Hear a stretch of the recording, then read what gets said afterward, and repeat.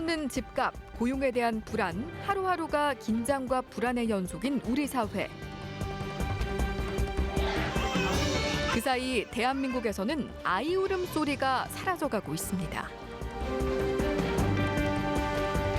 지난해 대비 4만 8천여 명이나 감소한 출생아 수.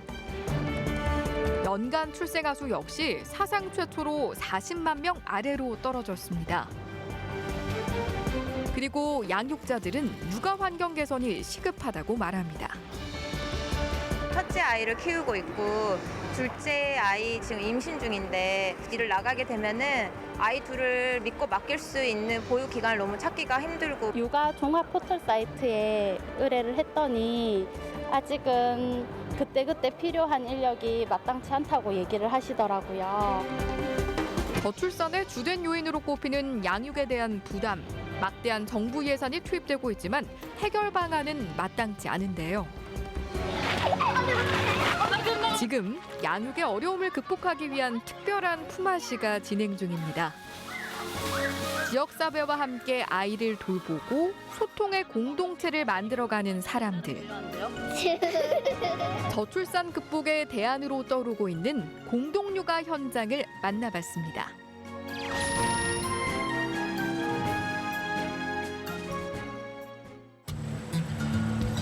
경기도 부천시. 4살 지연이의 제잘거리는 목소리가 집안을 가득 채웁니다. 노래 내 거는 이거 요즘 지연이는 인형놀이에 푹 빠져 있다는데요. 안 입었어. 아이를 찾으러 가자. 어디로 갈까? 이쪽이야. 이쪽이야? 가자. 아이 찾으러 가. 주희로 내가 더 높이 달아. 아이가 아이 찾으러 가. 아이린 어딨어? 아이린! 이런 지연이의 놀이 친구는 대부분의 시간을 함께 보내는 엄마의 모. 이렇게 활동적인 아이를 쫓아다니기만 해도 정말 정신이 없겠네요. 아이가 출출해질 시간에 맞춰 간식을 챙기는 것도 빼놓을 수 없는 일이죠. 어떤 거 만들었어, 오늘? 아이를 키우는 부모라면 너무나 익숙하면서도 마땅하게 보여지는 광경. 릴리도 먹고, 지연아 너도 먹어. 그렇지만 독박육아라는 말이 나올 만큼 아이를 돌본다는 게 그리 쉬운 일만은 아닙니다. 콩이도 입술 초록색이야. 몸 튼튼해지겠죠? 하루 종일 혼자 본다라는 게 너무 육체적으로 힘들고 아기가 항상 웃고만 있는 게 아니니까 짜증내고 울고 이럴 때마다 또 엄마도 같이 감정이 이렇게 변하게 돼가지고 너무 육체적으로 힘든 부분도 있고 또 정서적으로도 힘들기도 하고요. 하지만 아이가 자랄수록 육체적, 심리적 고충보다는 양육 방법에 대한 고민이 더욱 깊어지고 있다는 게 오은미 씨의 이야기입니다. 길거리에서도 뭐 학습지 하라 이런 권유도 많이 하고 아직 4살이에요 이렇게 얘기하지만 벌써 하셔야 돼요 이런 얘기를 듣다 보니까 내가 아이를 지금 키우고 있는데 다른 집 아이와 뭐 뒤처지는 건 없는지 또 다른 집은 어떻게 새롭게 여기서 잘 지내고 있는지 이런 부분이 걱정이 되고 있어요. 과연 잘하고 있는 걸까? 부모라면 가질 수밖에 없는 질문. 그러나 정작 이런 고민을 털어놓을 곳조차 마땅치가 않은데요. 그래서 은미 씨가 최근 관심을 가지기 시작한 것이 여러 부모들이 함께 아이를 돌본다는 공동 육아입니다. 혼자 아기를 보는 것보다 친구들하고 어울려 있으면 아기가 엄마한테 덜 매달려 있거든요. 그래서 친구도 더 많이 만나게 되면 또 사회성도 좋아지고 일반 선생님이 하는 것보다 아는 엄마하고 그러니까 아이의 마음도 더 잘 알고 해서 좀 더 신경 써서 가르쳐 주실 수 있고 또 책임감 있게 또 아이도 처음 보는 선생님이 아니라 친구 엄마니까 더 쉽게 다가갈 수 있을 것 같아서 이 부분을 좀 아는 엄마들하고 만들어서 같이 진행하고 싶다라는 생각을 하고 있었어요. 공동육아란 그야말로 육아 품앗이를 뜻하는데요. 아이들을 공동의 장소에 모아놓고 부모들이 함께 양육하는 겁니다. 이런 공동육아는 우리 사회의 전통적인 양육 방식과도 닮아 있다는 게 전문가들의 의견입니다. 공동육아라는 말은 물론 만들어진 말이기 때문에 1990년대 이후에 쓰인 말이에요. 그렇긴 하지만 과거에는 오히려 대가족의 공동육아가 이루어진 거죠. 또는 마을에서 공동육아가 이루어졌다고 볼 수 있어요. 집에는 할머니도 있고 할아버지도 있고 고모도 있고 삼촌도 있고 다 있는 상태에서 아이가 크죠. 동네 골목에서 엄마들이 나와 있으면서 아이를 같이 키우는 걸 볼 수 있어요. 그런데 지금은 문 밖에 나갈 수 없잖아요. 그러니까 완전히 달라진 거죠. 급격한 경제 성장을 이루며 빠르게 현대화된 우리 사회. 맞벌이와 핵가족 시대를 맞으며 저출산도 가속화됐습니다. 지난해 출생아 수는 사상 최초로 40만 명 미만으로 떨어졌고 가임 여성 1명당 예상되는 출산율 역시 역대 최저를 기록했습니다. 전문가들은 저출산의 주요 요인 중 하나로 양육 환경을 지목하고 있는데요. 도시화된 사회에서 부부 중심의 양육은 육아에 부담이 될 뿐만 아니라 그 한계도 금방 드러난다는 겁니다. 예전에는 옆에서 돌봐주는 사람들이 좀 많았죠. 그러니까 돌봐준다는 거는 이웃들이 서로 이제 아기들이 서로 있으니까 같이 교류도 하면서 이야기를 하고 이렇게 하다 보니까 어느 정도 해소가 될 수 있는 부분이 있었는데 요즘에는 애를 낳다 보면 이제 부부가 같이 길러야 되지만 또 반면에 또 옆에 사람들하고 같이 이야기할 수 있는 기회가 많이 줄어든 거예요. 그러니까 말 그대로 완전히 독박육아가 된 거죠. 이런 상황에서 최근 젊은 부모들을 중심으로 공동육아 모임을 갖는 가족이 많아졌습니다.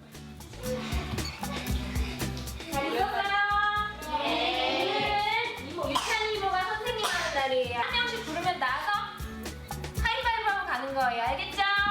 멋있다. 이유미. 경기도 광명시의 육아 나눔터에서 진행되고 있는 공동육아 모임 무지개. 그다음 윤민서. 엄마 5, 아이 5.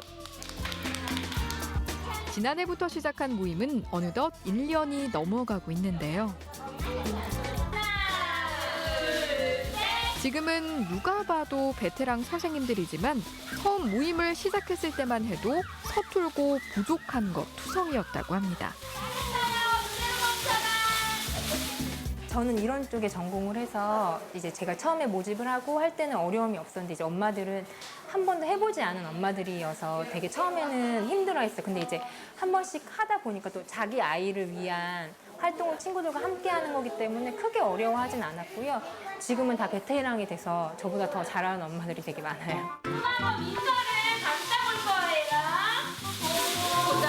엄마들 각각의 육아 노하우가 자연스럽게 단체 교육으로 이어지게 된 거죠. 비닐봉지 소리 맞아요.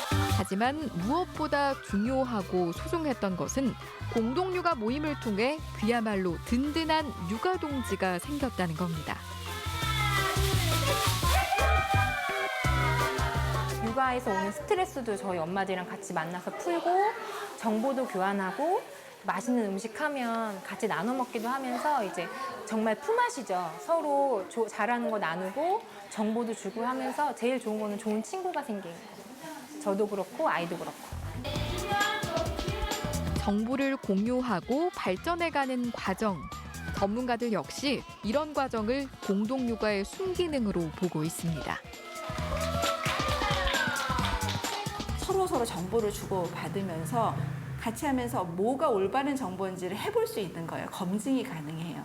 그래서 아이의 경우에는 사회성을 높이는데 다양한 어른들을 보면서 클 수 있고 친구를 만날 수 있다는 점에서 굉장히 중요하고요. 어른들의 경우에도 이런 고립성을 해결하기 위해서도 굉장히 좋은 것이 공동육아 방식인 거죠. 함께 어우러져 지내는 그런 사회성, 공동체성을 키워나갈 수 있는 또 안심할 수 있는 환경이 공동육아의 환경이라서 사실 양육 환경으로서는 지금 사회에서는 어쩌면 굉장히 중요한 대안이 될 수 있다고 생각합니다.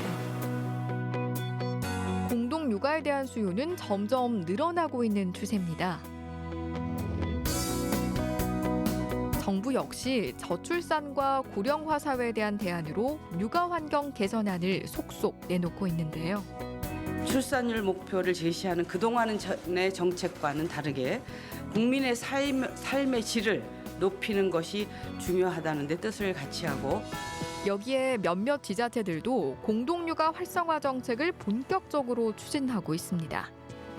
세종시의 경우 2026년까지 25개의 공동육아 나눔터를 설치하겠다고 밝힌 가운데 다양한 공동육아 방식도 도입 중에 있는데요. 그중 하나가 양육자들의 재능 기부 독려입니다. 저희 어머님 소개해드리겠습니다. 그 작은 재능이지만 도움이 되는 것 같아서 기쁜 마음으로 이제 재능 기부하러 나왔고요. 우리가 먹는 이 송편을 또 특별하게 재미있게 만들어보고 꾸며보는 오늘 그런 시간이 되겠어요. 단순히 몇몇 가족이 모여 육아의 부담을 더는 것에 그치지 않고 참여 부모의 재능을 기부받아 특별한 육아 시간을 마련하는 겁니다. 지자체의 이런 제도 마련은 전반적인 공동육아의 참여율은 물론 만족도도 높이고 있다는 평가입니다. 저희 공동육아 나눔터는 단순히 아이를 맡기거나 아이를 그냥 돌봐주는 공간이 아니라 부모와 자녀가 함께하는 공간입니다. 품앗이 활동 같은 경우는 어머님께서 직접 하루 1일 강사가 되어서 품앗이 활동의 엄마표 수업을 진행해 주시는 또 아빠표 수업, 또 가족표 수업을 아이의 눈높이에 맞춰서 진행을 해주시는 공간이기 때문에 저희 이런 공동육아 나눔터나 가족 품앗이 사업을 통해서 저희 세종시의 돌봄 공동체의 형성을 좀 목적을 두고 있습니다. 더불어 육아에서 소외되고 있던 아버지 양육도 이끌어내고 있다는 분석입니다. 비교적 육아에 서툴고 방법을 몰라 육아 참여율이 떨어지는 아버지들에게 적극적으로 대안을 제시하고 있다는 겁니다. 데디데이라 불리는 세종시 아버지들의 공동육아 모임. 아직까지 100% 참석은 아니지만 회를 거듭할수록 아버지 참여율은 높아지고 있다는데요. 참여자들의 만족도도 꽤 큰 편입니다.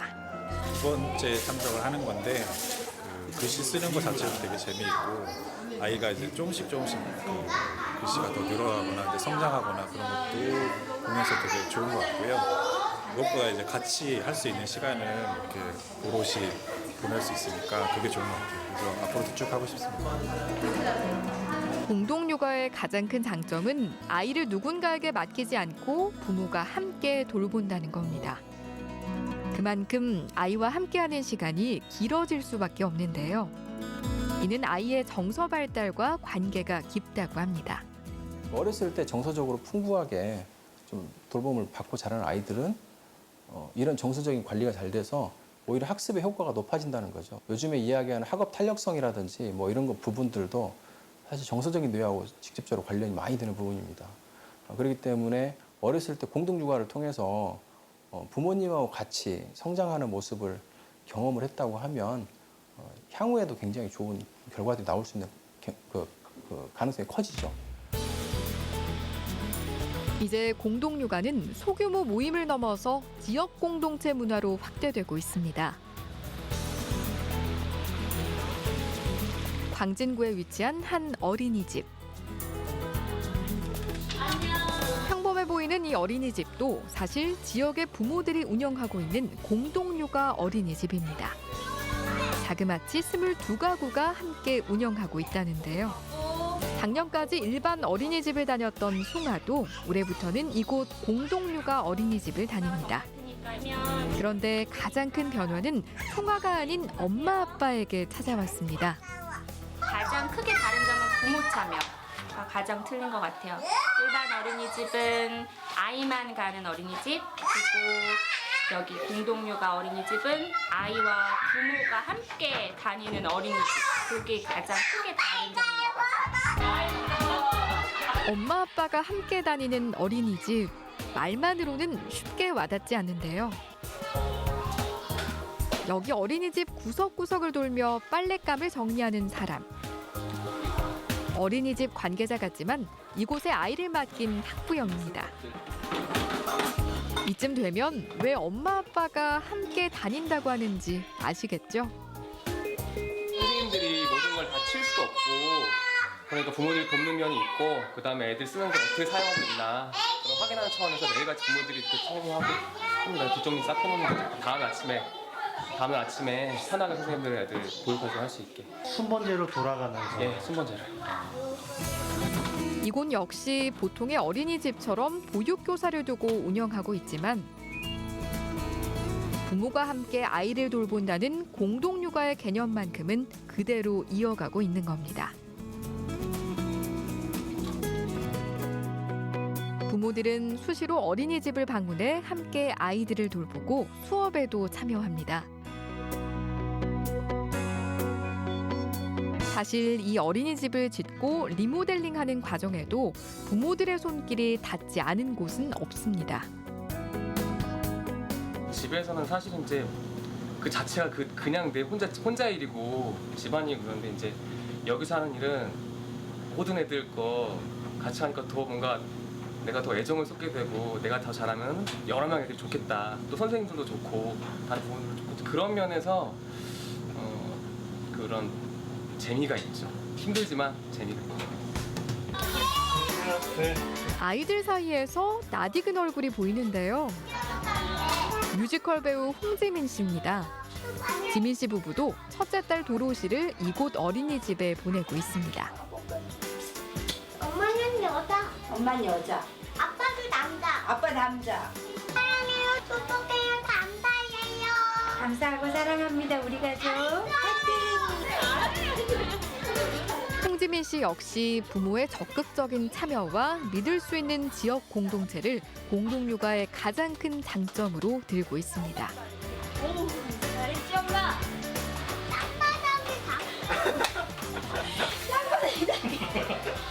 짱구네 밖에 있어.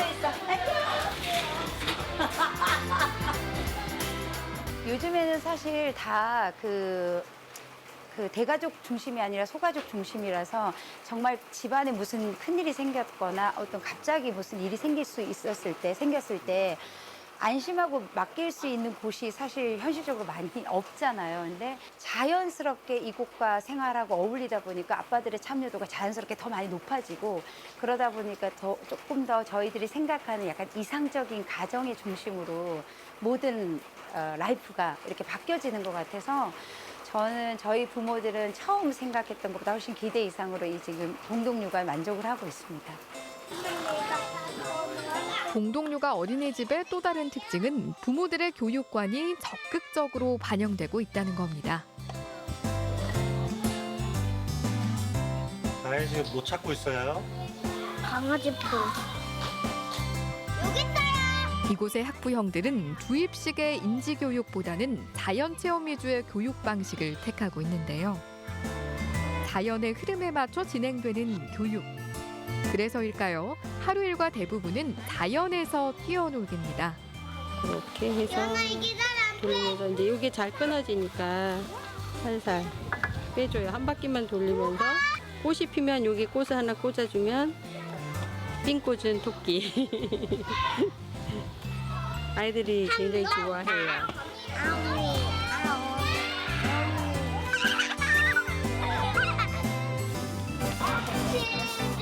어린이집 아이들 모두가 매일매일 나가는 나들이 역시 자연체험 학습 중 하나인데요. 아차산으로 나들이 가는 길이고요. 작은 운동장이라고 저희가 이름을 그렇게 만들었어요. 저희 아이들하고 같이 얘기해서 거기서 놀이하고 자연 탐색할 친구는 탐색하고 벌레놀이도 하고 그런 곳이에요. 주변의 자연 환경을 한껏 즐기는 아이들. 산과 들, 강이 놀이터이자 배움터가 되는 거죠. 어제 본 자연이 오늘 또 달라져 있습니다. 거미, 큰 거미가 암컷이고 거미 위쪽이나 옆쪽에 작은 거미가 있어. 걔는 뭐라고요? 남자 여자야? 시영아? 남자. 맞아. 여자가 남자를 잡아먹어. 맞아. 교미를 하고 여자가 영양분이 부족해서 남자를 잡아먹기도 한대. 빨리 도망가야겠지.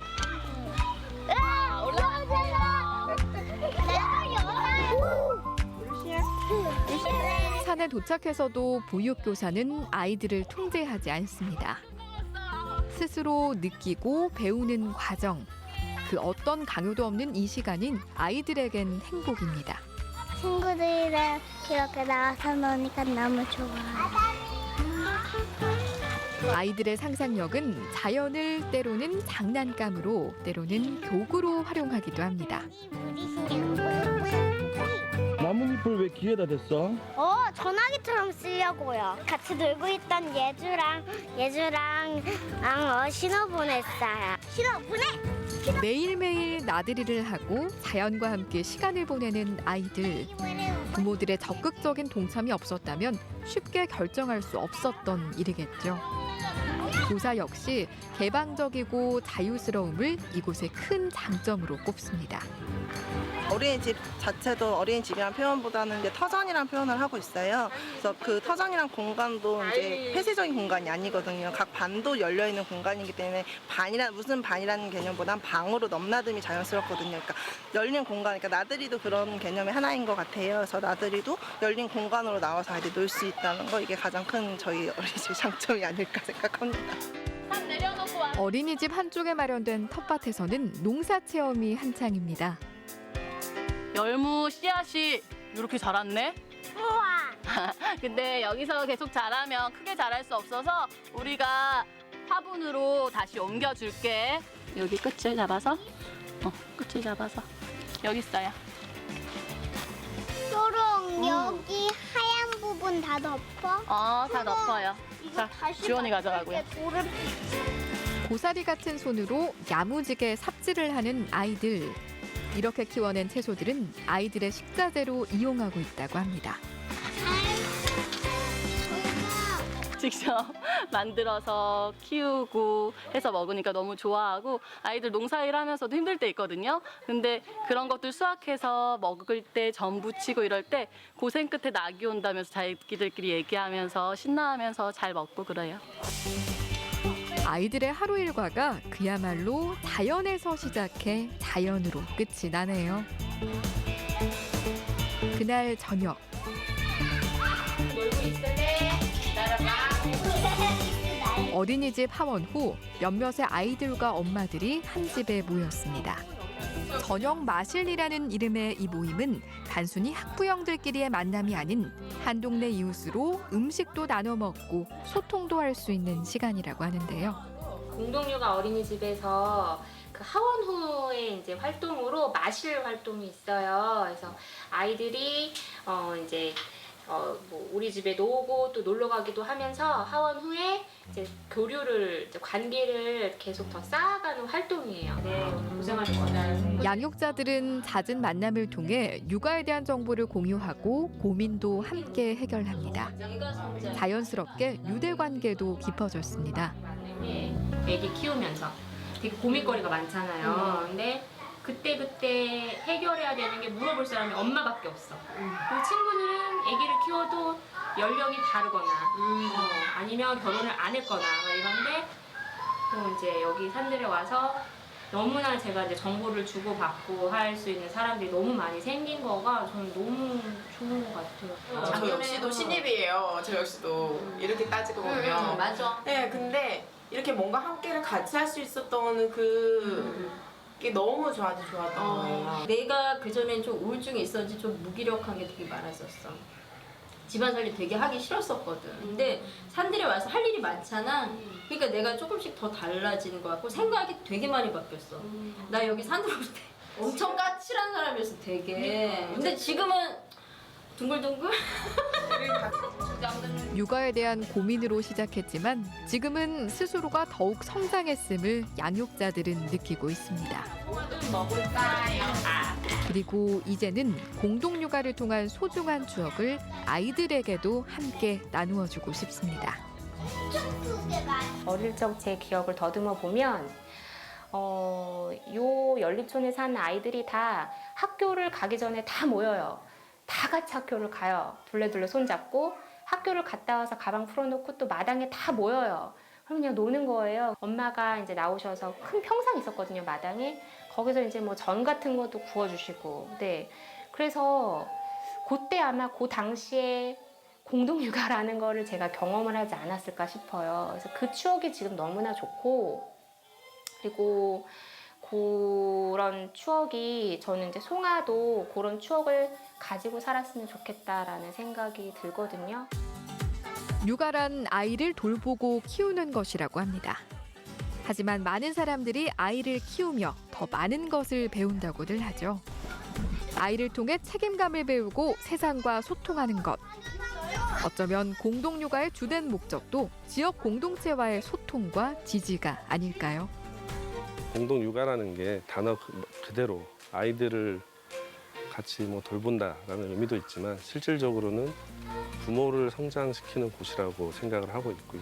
아이를 여기 그냥 맡겨놓고 데려가는 것만으로 이 공동육아가 완성되는 게 아니고 일상생활 속에서 아이들한테 어떤 마음으로 접근을 해야 되는지에 대한 어떤 표본, 사례 이런 것들을 보여줌으로 인해서 스승으로서의 역할도 해주고 혹은 반면교사의 역할도 분명히 많이 볼 수 있고요. 그래서 그러한 것들이 가장 중요하다고 저는 생각하고 있습니다.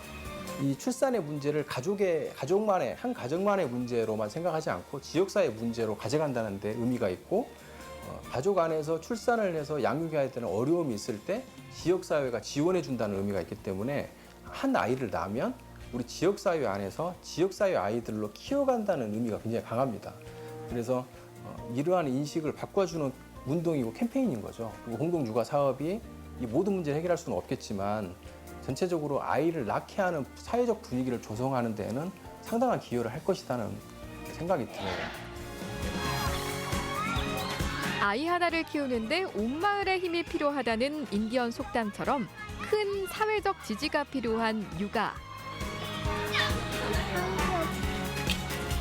저출산 시대, 아이와 함께 성장하는 사회를 꿈꾸며 우리는 지금 공동육아 중입니다.